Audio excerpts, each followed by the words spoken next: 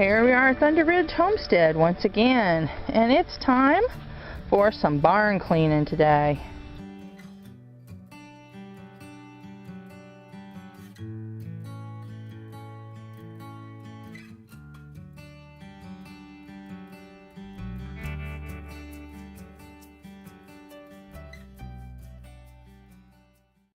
Let's get a look at our little turkey guys. And we've been putting some old hay down in their pen.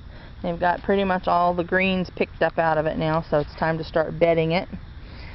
This winter it's just pretty much going to end up being mud. Probably from now on out we'll have bedding of some sort for them. They'll have to go out to forage for their greens. But anyway, I wanted you to see this. And we're doing some fall time barn cleaning. And we have to get things ready to put hay in, and you know, there's work on the homestead, no doubt. And first of all, I'm going to show you some before pictures because I've already done a little bit of this, but I'll put the before pictures in about now.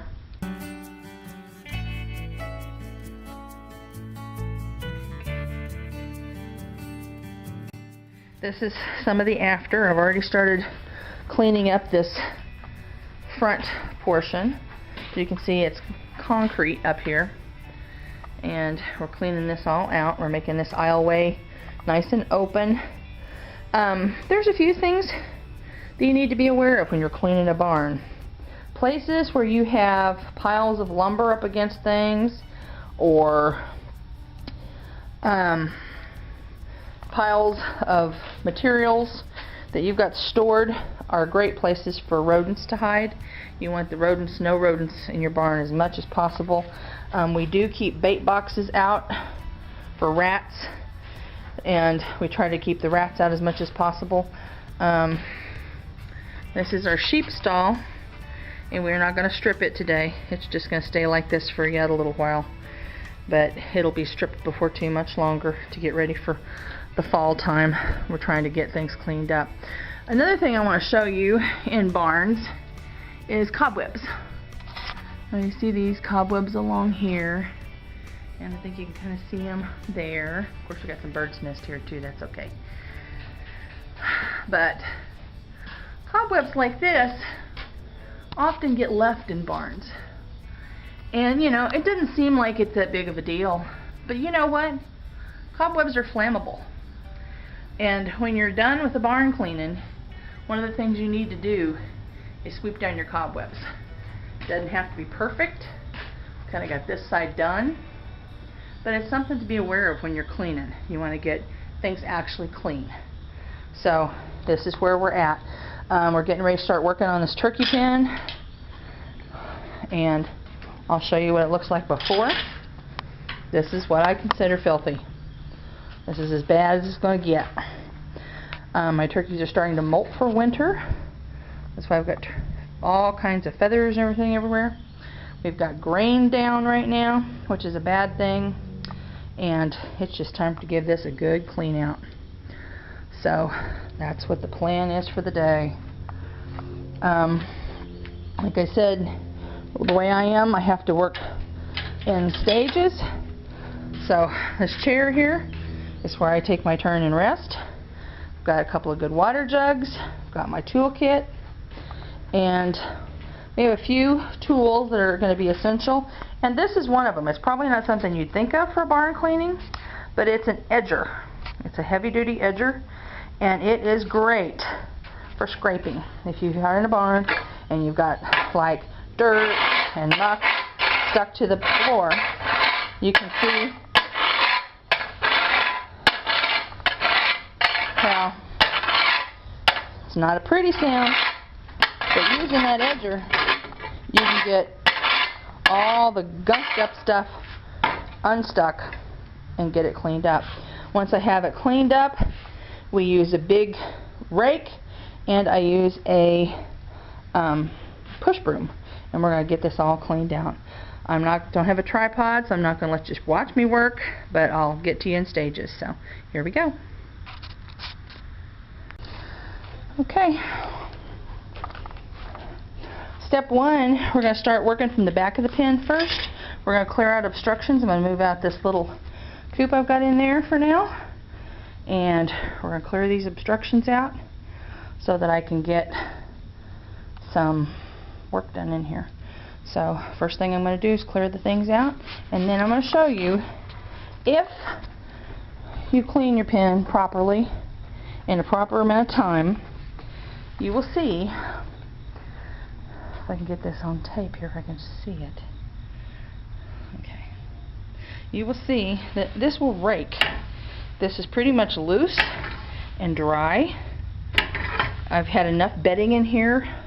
There's been enough bedding in here to keep my moisture absorbed, and so I'm not going to have too big of a mess.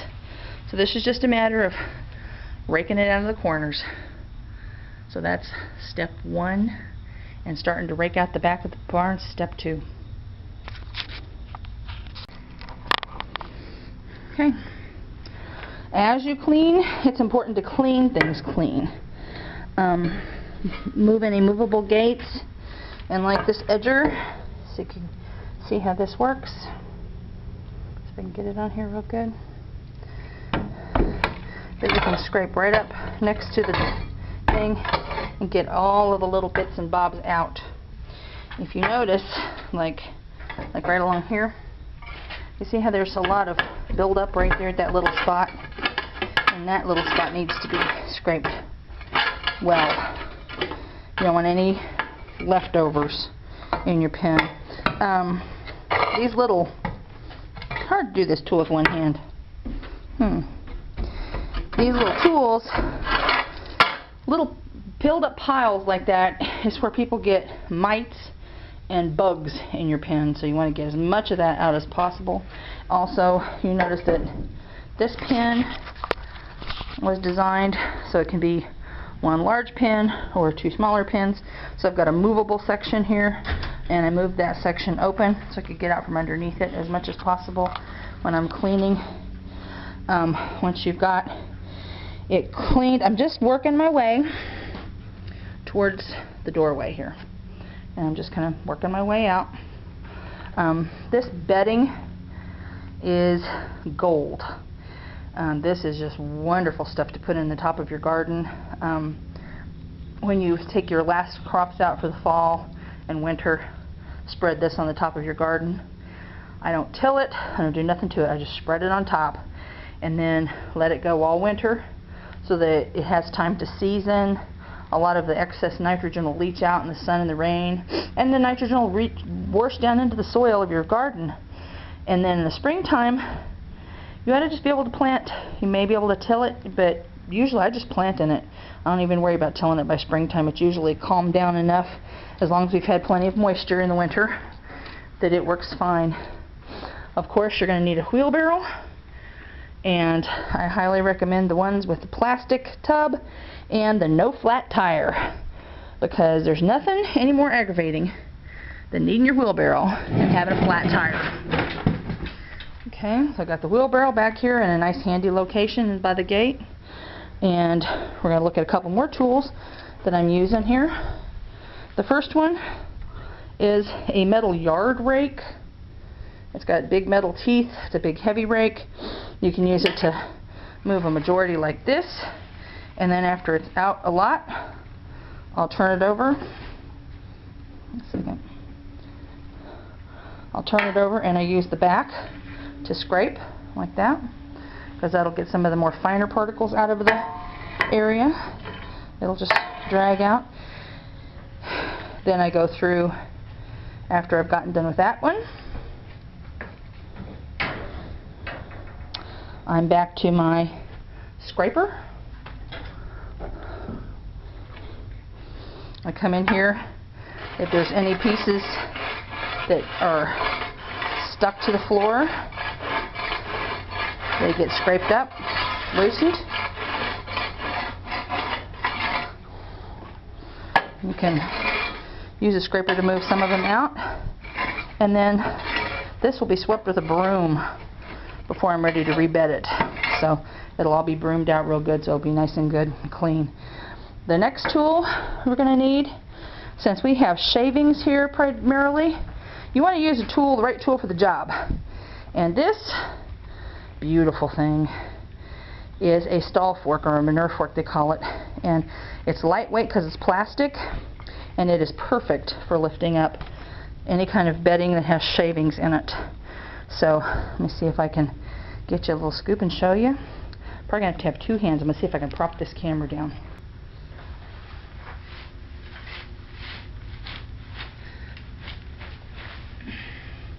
See how it scoops it? Nice light. And into my wheelbarrow.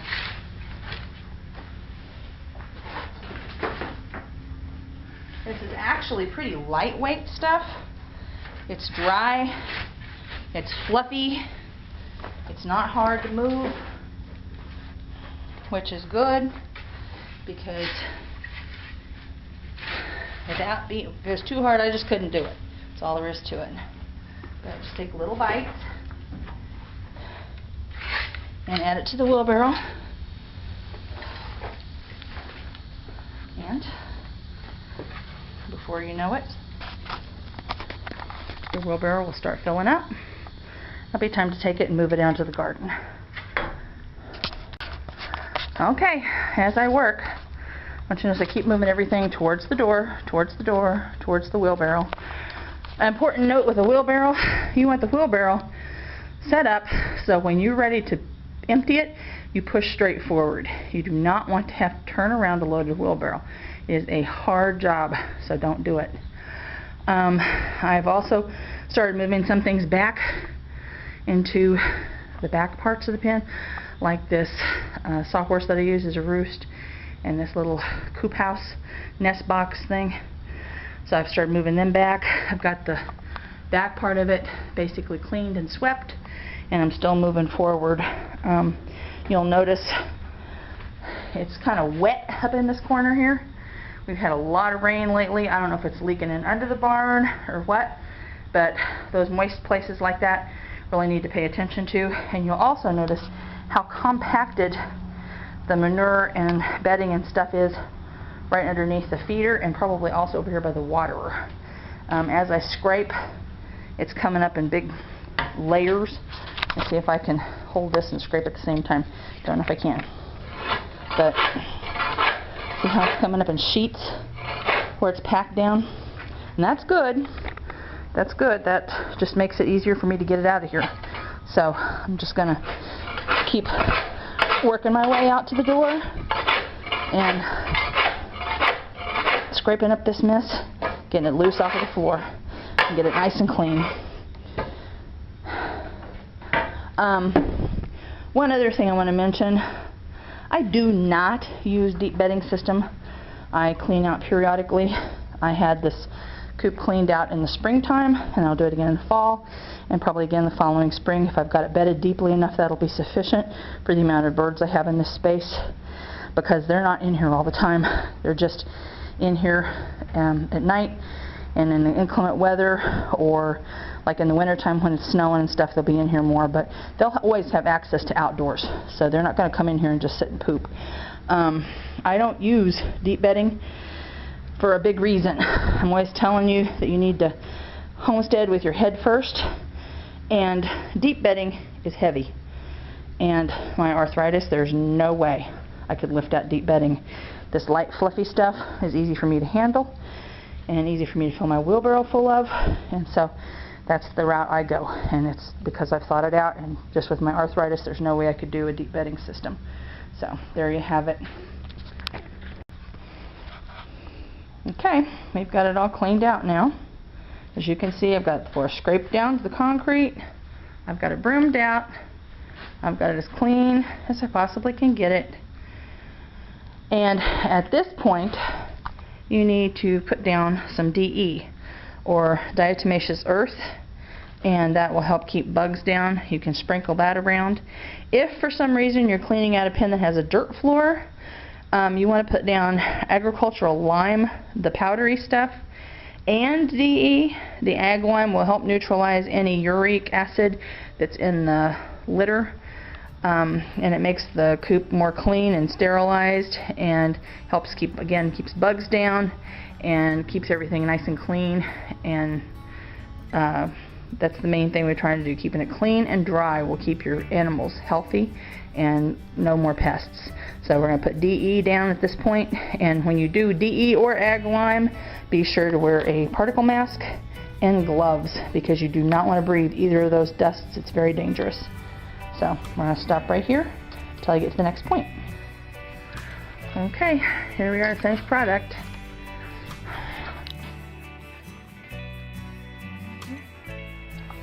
You can see what we look like all clean. Feed in the feed pan. Need to get a little new water in the water bucket. And everything is clean and fresh. We really are about a bag short on shavings. I'll bring those out tomorrow morning. And other than that, project complete. Get these turkeys in here and let them start enjoying it.